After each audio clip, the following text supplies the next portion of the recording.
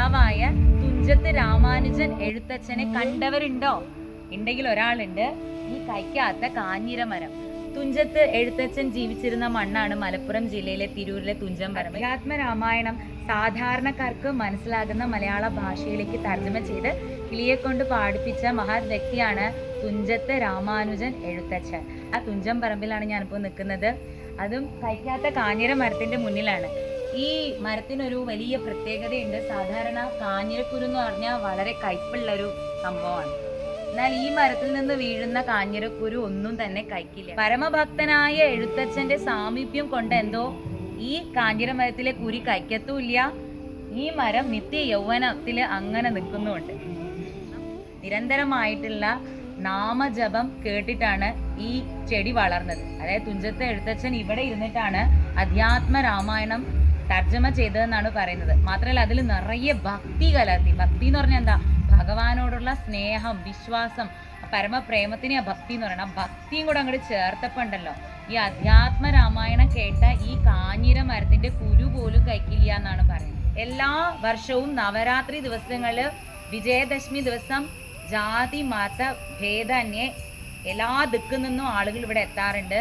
കുട്ടികളെ എഴുത്തിനിരുത്താൻ ഗണപതേ നമ അവിഘ്നമസ്തു എന്ന് പറഞ്ഞ ഈ മണ്ണിൽ കുട്ടികളെ എഴുത്തിനിരുത്താൻ. എഴുത്തച്ഛനാണ് മലയാള ഭാഷയ്ക്ക് രൂപം കൊടുത്ത ആളും. മാത്രമല്ല അക്കാലത്ത് എല്ലാവർക്കും എഴുത്തും വായനയും ചെയ്യാനുള്ള അവകാശം ഉണ്ടായിരുന്നില്ല. അതിനെ മറികടന്നുകൊണ്ട് അദ്ദേഹം എല്ലാവർക്കും എഴുത്തും വായനയും പഠിപ്പിച്ചു കൊടുക്കുകയും ചെയ്ത ഒരു മഹത് വ്യക്തിയാണ്.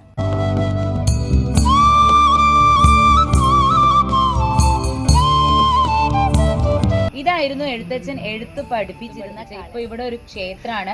3 മൂർത്തികളാണ് ഈ ക്ഷേത്രത്തിലുള്ളത്. സരസ്വതി, ശ്രീരാമസ്വാമി, ഗണപതി. ഇതാണ് തുഞ്ച സ്മാരക മണ്ഡപം. ഇവിടെയായിരുന്നു എഴുത്തച്ഛന്റെ ഇല്ലം, പഴയ ഇല്ലം നിലനിന്നിരുന്ന സ്ഥലത്താണ് ഇപ്പൊ ഈ മണ്ഡപം നിലനിൽക്കുന്നത്. ശ്രീരാമ രാമ രാമ ശ്രീരാമചന്ദ്ര ജയ ശ്രീരാമ രാമ രാമ ശ്രീരാമഭദ്ര ജയ ശ്രീരാമ രാമ രാമ സീതാഭിരാമ രാമ ശ്രീരാമ രാമ രാമ ലോകാഭിരാമ ജയ ശ്രീരാമ രാമ രാമ രാവണാന്തക രാമ ശ്രീരാമ മമ ഹൃദി രമതാം രാമ രാമ ശ്രീരാഘവാത്മാ രാമ ശ്രീരാമ രമാപതേ ശ്രീരാമ രമണീയ വിഗ്രഹ നമോസ്തുതേ നാരായണായ നമോ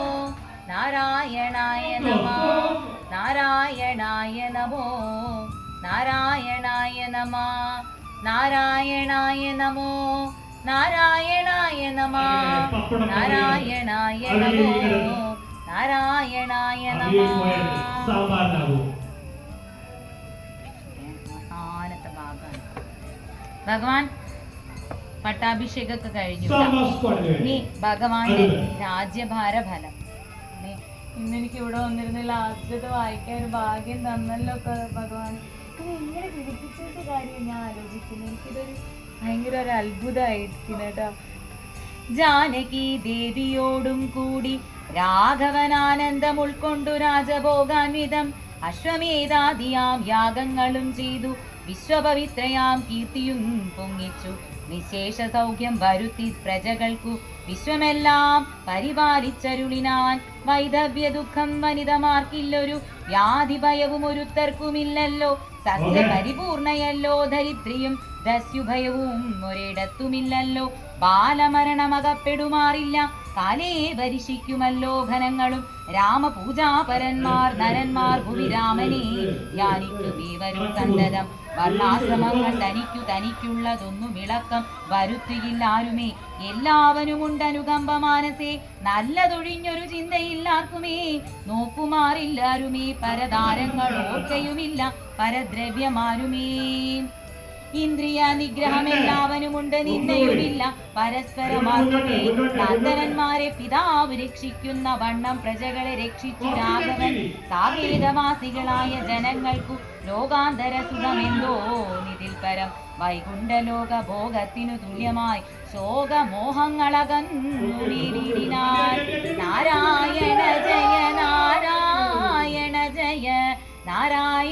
ജയ നാരായണ ജയ നാരായണ ജയ നാരായണ ജയ നാരായണ ജയ നാരായണ ജയ.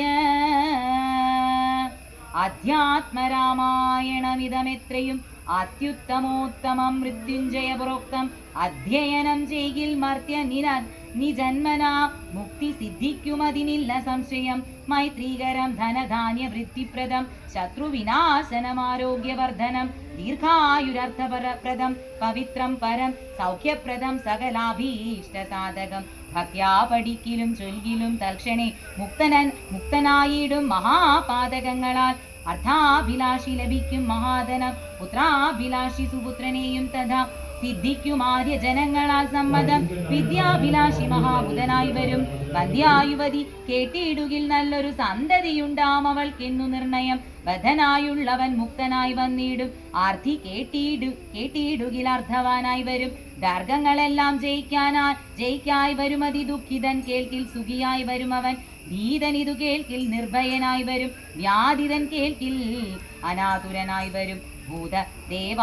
ദേവാത്മൂർധമായി ഉടനുണ്ടാകും ആദികളെല്ലാം അകന്നുപോം നിർണയം.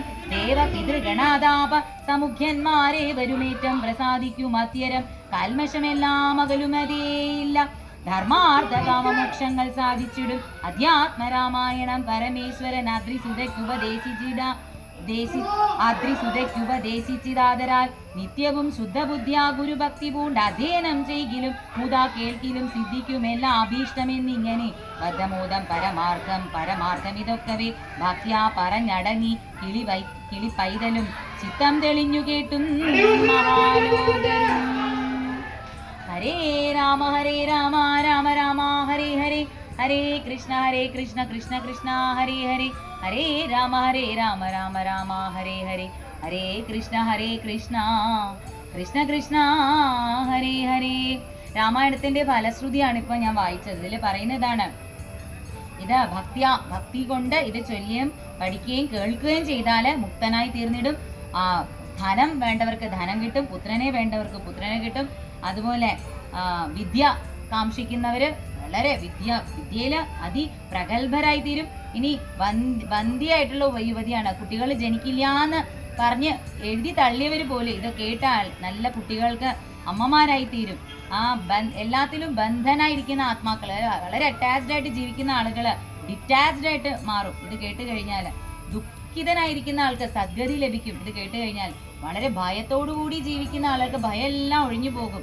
ഇനി വളരെ രോഗങ്ങളൊക്കെ ബാധിച്ച ആളുകളാണ് ഇത് കേൾക്കുന്നതെങ്കിൽ രോഗവിമുക്തരായിട്ട് മാറും. മാത്രമല്ല എല്ലാം പുരുഷാർത്ഥങ്ങൾ നേടും. ദേവന്മാരുടെ പിതൃക്കളുടെ ഒക്കെ പ്രീതി ലഭിക്കും അവർക്ക്. അങ്ങനെ എല്ലാ ധർമ്മ അർത്ഥ കാമങ്ങളും നേടി മോക്ഷത്തിന് അർഹരായി തീരും. അതാണ് അധ്യാത്മ രാമായണം പരമേശ്വരൻ പാർവതി ദേവിക്ക് ഉപദേശിച്ചു കൊടുക്കുന്ന രീതിയിൽ നമ്മുടെ പരമഗുരുവായിട്ടുള്ള എഴുത്തച്ഛൻ നമുക്ക് വേണ്ടിയിട്ട് അത് തർജ്ജിമ ചെയ്ത് നമുക്ക് നൽകി. അദ്ദേഹം ജനിച്ച മണ്ണില്, അദ്ദേഹം രാമായണം രചിച്ച മണ്ണിൽ ഇരുന്നുകൊണ്ട് ഇത് അവസാനിപ്പിക്കാൻ ഈ കൊല്ലം സാധിച്ചത് ഭഗവത് കൃപാ കടാക്ഷമായിട്ട് കാണുന്നു. അടുത്ത കൊല്ലത്തേക്ക് ബുക്ക് മടക്കരുത്, എല്ലാ ദിവസവും രാമായണം വായിക്കാന്നാണ് ഇതിൽ എഴുതുന്നത്. നിത്യവും ശുദ്ധബുദ്ധിയാ ഗുരുവിന്റെ ഭക്തിയും കൊണ്ട് ഗുരുവിനെ വാൽമീകി എഴുത്തച്ഛനെ ഭഗവാനെ പരമ ഗുരുവായി സങ്കല്പിച്ചുകൊണ്ട് നല്ല ശുദ്ധ ബുദ്ധിയോടുകൂടിയിട്ട് നല്ല മനസ്സോടുകൂടി എന്നും രാമായണം പാരായണം ചെയ്താൽ ഈ പറഞ്ഞ ഫലങ്ങളെല്ലാം നിങ്ങൾക്ക് ലഭിക്കും എന്നാണ് ഇതിൽ പറയുന്നത്. എല്ലാവർക്കും ഭഗവാന്റെ അനുഗ്രഹമായിട്ട് ഭക്തി ലഭിക്കട്ടെ, ഭക്തിയിലൂടെ മുക്തി ലഭിക്കട്ടെ. എല്ലാവരും സന്തോഷമായിട്ട് സമാധാനമായിട്ട് ജീവിക്കും. കർക്കിടക അവസാനത്തെ തീയതി ഇവിടെ ഇരുന്നുകൊണ്ട് രാമായണം വായിക്കാനുള്ളൊരു ഭാഗ്യം കിട്ടി.